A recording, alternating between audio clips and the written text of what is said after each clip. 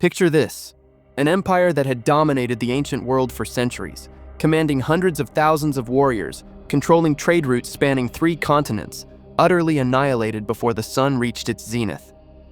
In just 60 minutes, Roman legions didn't merely win a battle. They erased a civilization's military power so completely that historians would struggle for millennia to comprehend the scale of destruction. How did Rome achieve what seems impossible even by modern warfare standards? The answer lies in one catastrophic morning in 168 BC, when military genius collided with tactical arrogance, and the Macedonian Empire learned that past glory offers no protection against present extinction. The coastal plains of Pydna in northern Greece had witnessed countless conflicts, but none would prove as decisively world-altering as what transpired on June 22, 168 BC. Macedonia, the kingdom forged by Philip II and expanded by his son Alexander the Great into the largest empire the world had ever known, now faced its existential reckoning. A century and a half after Alexander's death, his successors, the Antigonid dynasty, still commanded respect through their famed military system, the Macedonian phalanx, an infantry formation that had conquered Persia, Egypt, and reached the borders of India. King Perseus of Macedon stood at the head of approximately 44,000 troops, representing the culmination of Hellenistic military tradition. His phalanx comprised 20,000 pikemen armed with the sarissa, 18-foot-long spears that created an impenetrable hedge of bronze and death. Supporting them were 22,000 peltasts, cavalry units, and Thracian mercenaries. For decades, Perseus had successfully resisted Roman expansion into Greece, winning skirmishes and diplomatic victories that emboldened his confidence. He believed, as his ancestors had, that the phalanx remained the supreme tactical instrument of warfare. Opposing him stood Lucius Aemilius Paulus, a Roman consul in his 60s, commanding roughly 29,000 legionaries plus an equal number of Italian allied troops. Paulus represented Rome's evolved military doctrine, the manipular legion, organized into flexible maniples of 120 men each, capable of independent action across varied terrain. Unlike the rigid phalanx, Roman legions could adapt, reform, and exploit weaknesses with unprecedented tactical fluidity.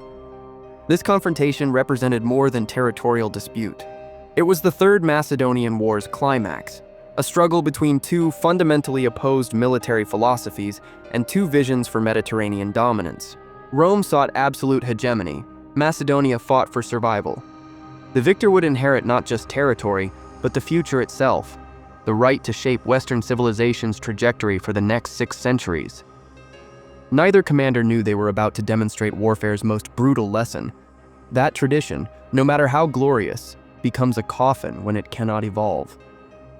The terrain around Pydna presented a deceptive battlefield. Between the coastal plain and the foothills of Mount Olocrus, relatively level ground stretched for several miles. Ideal, it seemed, for the Macedonian phalanx to deploy its crushing linear advantage.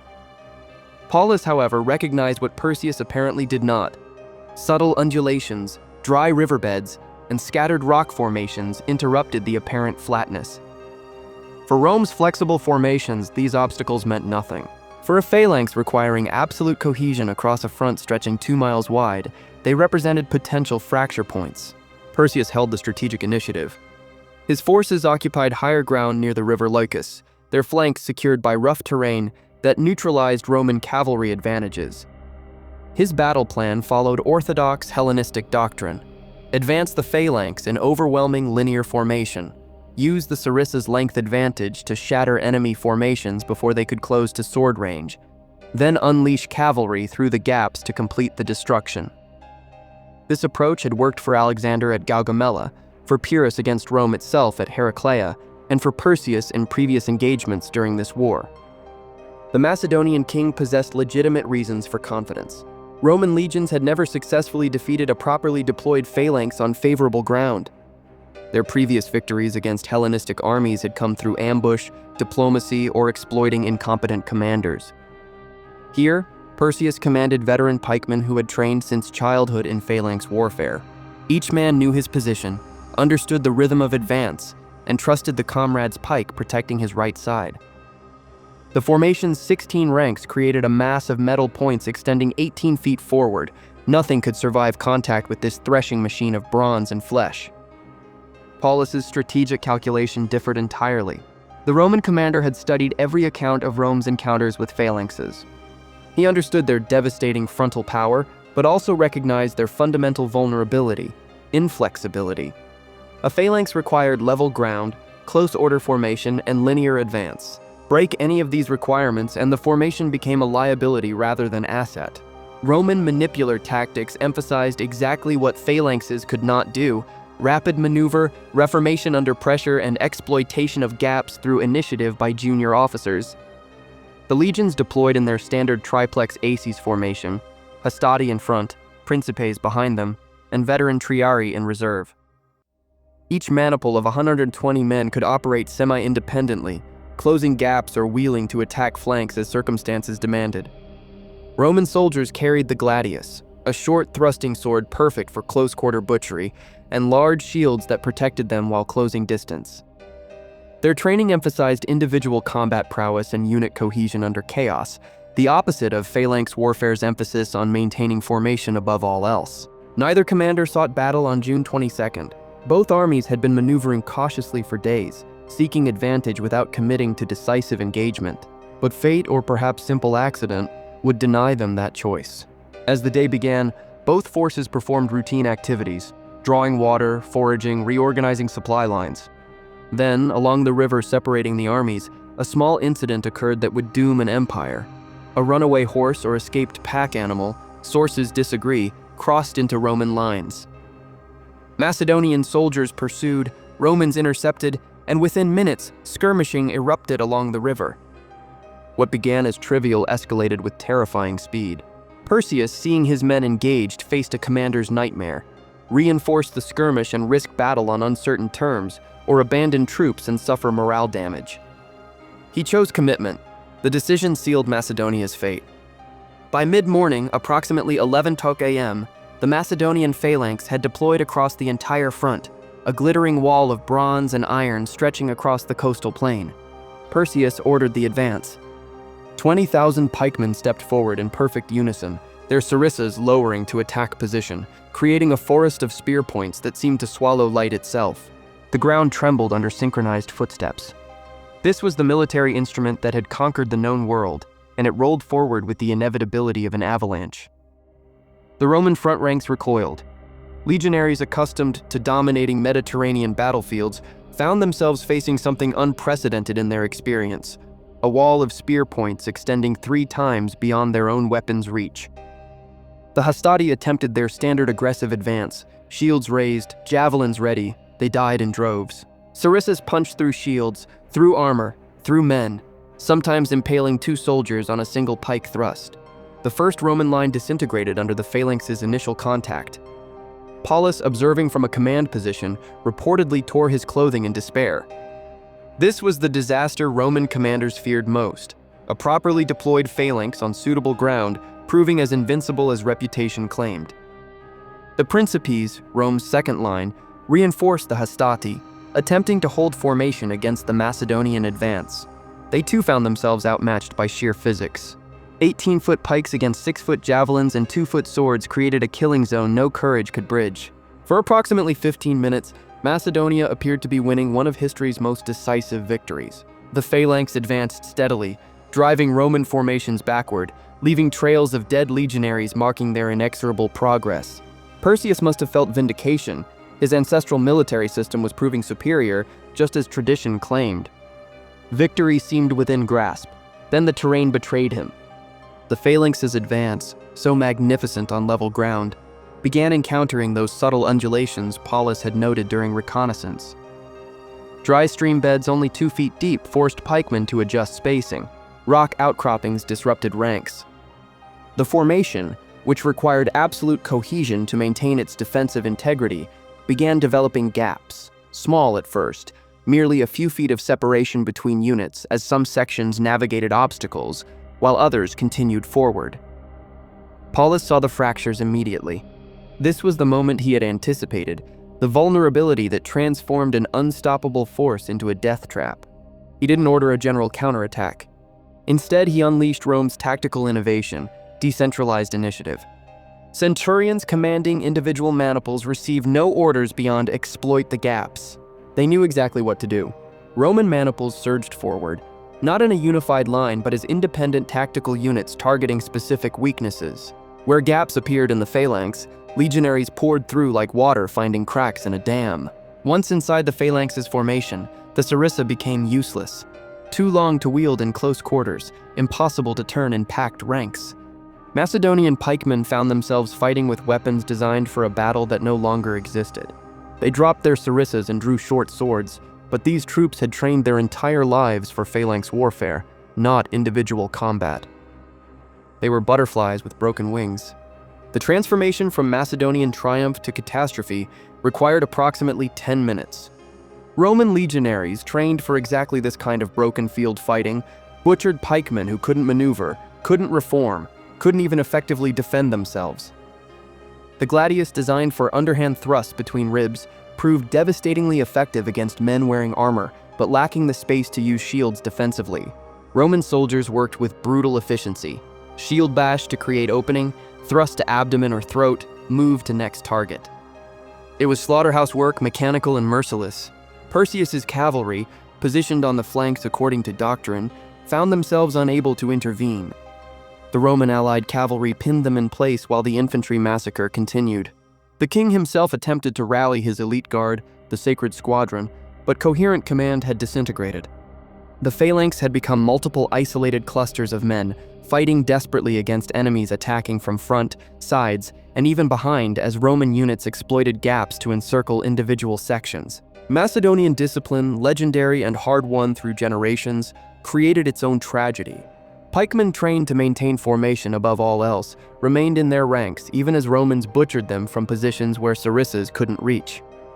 To break formation violated every instinct drilled into them since childhood, yet maintaining formation meant certain death. They died where they stood, clusters of men trying to present pike points toward enemies attacking from 4 directions simultaneously. The Roman triarii, the veteran third line, hadn't even engaged yet. They wouldn't need to. By noon, perhaps 60 to 70 minutes after serious combat began, the Macedonian phalanx had ceased to exist as a military formation. What remained was simply massacre. 20,000 men who had marched to battle in perfect order now littered the plain in clusters marking where each section had been overwhelmed. Roman casualties were significant in the initial contact, perhaps 1,000 dead, but Macedonian losses were approaching catastrophic. Estimates suggest 20,000 Macedonians died on that field, with another 11,000 captured. Perseus himself fled the battlefield, abandoning his army to its fate. The killing continued for another hour, not because Romans needed to eliminate military threats, but because the slaughter's momentum required time to exhaust itself. Macedonian survivors, those who retained presence of mind to throw down weapons and beg for mercy, found Romans willing to take prisoners. Those who fought on died. By mid-afternoon, the Battle of Pydna had concluded. An empire that had lasted 150 years, that traced its glory to Alexander's conquests, that had dominated Greek affairs for generations, had been militarily annihilated in the time required for lunch. The immediate consequences of Pydna transcended military defeat and approached civilizational extinction. Perseus, captured weeks later after a desperate flight, would be paraded through Rome in chains during Paulus's triumph celebration, then imprisoned until his death. The Antigonid dynasty, which had ruled Macedonia since 306 BC, was abolished. Rome didn't install a puppet king or establish a protectorate. They simply ended Macedonia's existence as a unified political entity, dividing it into 4 independent republics forbidden from intermarriage or commercial interaction with each other, a deliberate policy of fragmentation designed to prevent future threats. The cultural impact resonated beyond politics. The Macedonian military system, refined over 2 centuries and considered one of history's supreme tactical achievements, was proven obsolete in a single morning. Every Hellenistic kingdom, Seleucid Syria, Ptolemaic Egypt, the smaller Greek city-states, understood the implications immediately. The phalanx, backbone of Hellenistic military power, could not defeat Roman tactical flexibility. Within a generation, most Mediterranean powers would either adopt Roman military organization or submit to Roman dominance. The age of Hellenistic military supremacy died at Pydna alongside those 20,000 pikemen. Economically, Rome plundered Macedonia's wealth with systematic thoroughness. The kingdom's treasury, accumulated over generations, was transported to Rome. Macedonia's famous gold and silver mines, which had funded Alexander's conquests and sustained the Antigonid dynasty, became Roman property. The tribute previously flowing to Pella now enriched Rome's coffers, accelerating the Republic's transformation into history's first true superpower. Within decades, Roman wealth would enable infrastructure projects, military expansions, and cultural developments impossible before Pydna's windfall. Historically, Pydna marked the definitive moment when Mediterranean power shifted permanently from east to west. For 3 centuries following Alexander's death, Hellenistic kingdoms had dominated politics, culture, and military affairs despite Rome's rising influence. Pydna ended that equilibrium conclusively. Rome would spend the next century mopping up remaining Hellenistic kingdoms, defeating Seleucid Syria, annexing Greece completely, eventually absorbing Ptolemaic Egypt after Cleopatra's death. But these were formalities. The question of supremacy had been answered on that coastal plain in 60 minutes of brutal clarity. The battle's tactical lessons influenced military theory for centuries. Pydna demonstrated that tactical flexibility trumped rigid doctrine, that combined arms coordination mattered more than individual formation excellence, and that terrain awareness could transform battles more decisively than numerical superiority. Roman military manuals studied Pydna intensively, codifying the lessons that had emerged almost spontaneously from centurion-level initiative. Future Roman commanders would refine these principles into the legionary system that would dominate warfare for 5 centuries.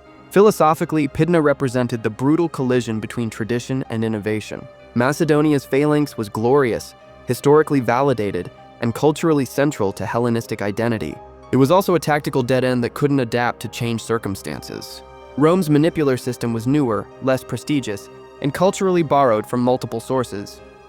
It was also evolutionary, designed for adaptation rather than perfection.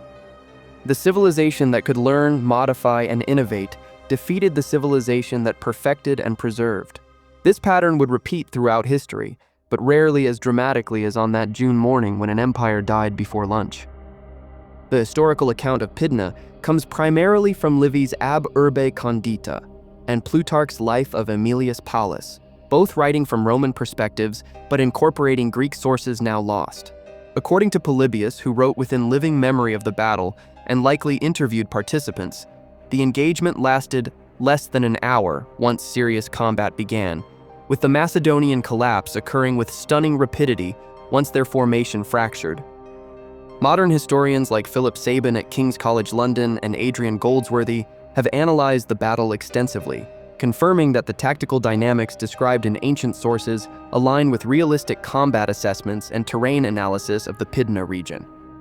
If you found this examination of ancient warfare's most decisive hour fascinating, consider how military history repeatedly demonstrates that innovation defeats tradition, that flexibility trumps rigidity, and that the civilizations which learn from defeat often surpass those paralyzed by past victories.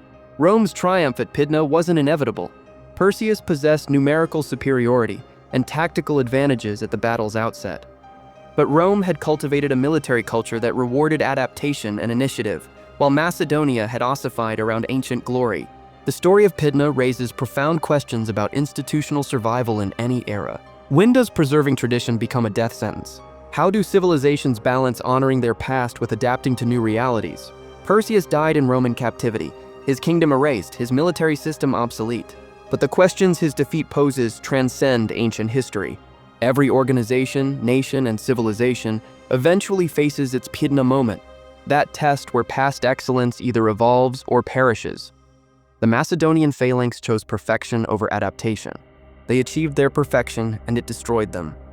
Next time, we'll examine another civilization-ending catastrophe, the Battle of Massacre in 1071 AD, where Byzantine Rome, the eastern continuation of the empire that destroyed Macedonia, would learn the same brutal lesson about tradition versus innovation, this time facing Turkish horse archers, whose tactical flexibility made Roman heavy cavalry as obsolete as Macedonian pikes. The wheel of history turns, but the lessons remain constant. Adapt or die. There is no third option.